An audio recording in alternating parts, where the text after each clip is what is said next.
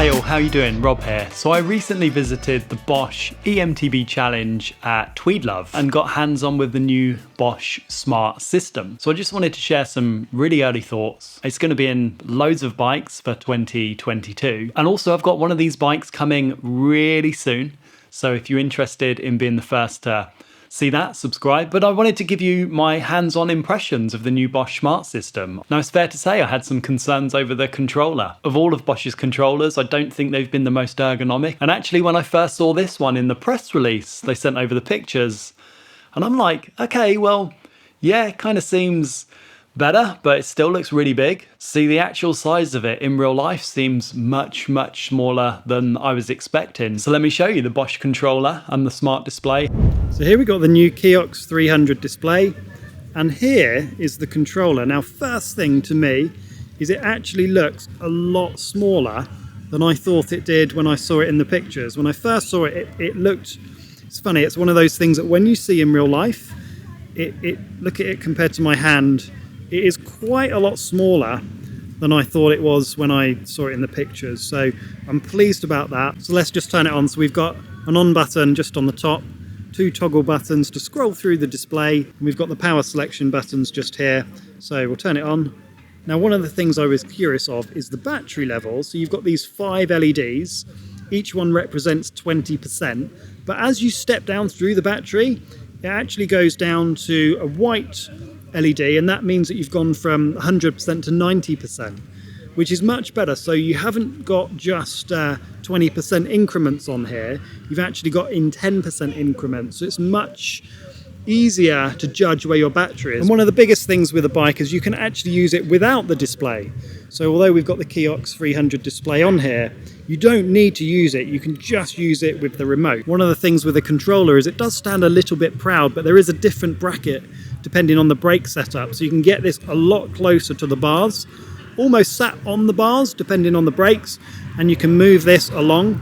There's a little Allen bolt along here, so you can move it along towards the left or towards the right, depending on what your preference is. But actually it looks a lot neater than I thought when I saw it in the pictures. And then as you scroll through, we've got off, eco, tour, eMTB and turbo, and it's just really bright and it looks pretty slick.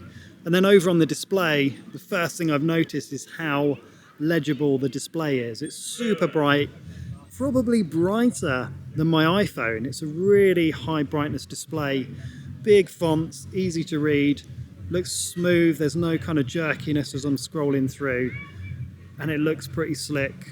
I like what they've done there. And again, you've got the percentage on here, the mode that you're in, and you can just, at the flick of a switch, go through the modes. And then we've got speed, distance, riding time, range, estimated range left, your bike, battery, power that you're putting through, the cadence that you're spinning at, and then if you're connected with a phone, you'd see that on here as well. It's much smaller in real life than I was expecting. Still looks kind of colourful, and it's still certainly there's no hiding that it's an e-bike with this. You don't have that minimalist kind of look that are on some bikes. So it's certainly got that e-bike vibe going to it. And it kind of has this kind of retro futuristic kind of vibe about it. So I'm really looking forward to getting this new bike, which is not announced yet, but with this system on it. And one of the things that I was really impressed with is the smart display.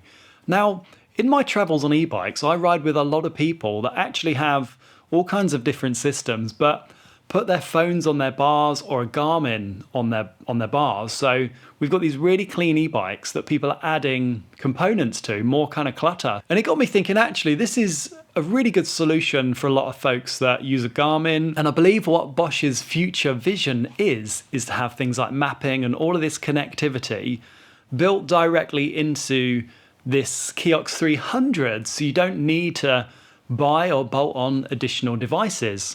So I think that's really cool. I mean, there are some mapping features in it already. I didn't get a chance to use it because a lot of it is still in beta mode. A couple of things to notice on the Bosch Smart, if you didn't see my earlier video, when it was first announced is that it's not backwards compatible with any of the old Bosch stuff. And Bosch say that they had to start somewhere again to get all of this compatibility. So hey, it's a bit disappointing, and I know there's a lot of people that are a little bit frustrated about that. And yeah, I've got a bike with the old system in that's not compatible. But when Bosch were asked about this, they said that there was no way to change that system and they had to start again from the ground up, because this roadmap that they've got for the next 3 to 4 years needed this kind of new technology and this new software and infrastructure built into that new system to allow them to do it. And one of the things that I'm really seeing with Bosch at the moment, I don't know if you guys agree, but they seem to be really on a real charge at the moment to get their new systems out there, get them in lots of different brands and lots of e-bikes. And I'm seeing development on that motor more than anything else. The Bosch Gen 4 was already a really good motor, but now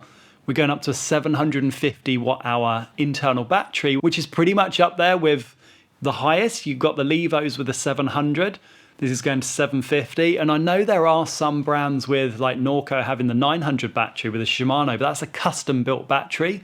So to give brands an off-the-shelf solution with a 750 watt internal battery, with this new smart system and the options to update in the future with their new software and integration, yeah, I think they're doing a great job, and it seems maybe Bosch are pushing forward more than some other brands at the moment. I don't know. Let me know your thoughts on that. One of the other things that I did when I was at the Tweed Love Challenge in Scotland was the Bosch eMTB Challenge. They do a few of these events pretty much over Europe, and it's timed downhill stages, but also timed uphill technical stages as well. A bit like the ews-e format, but not quite as long and a bit more beginner and intermediate friendly. And I really like this kind of format because it's not just about the downs, it's about using the e-bikes to their advantage and using the motors to try and climb things that you would never really attempt on a regular pedal bike, because it's just pretty difficult to climb.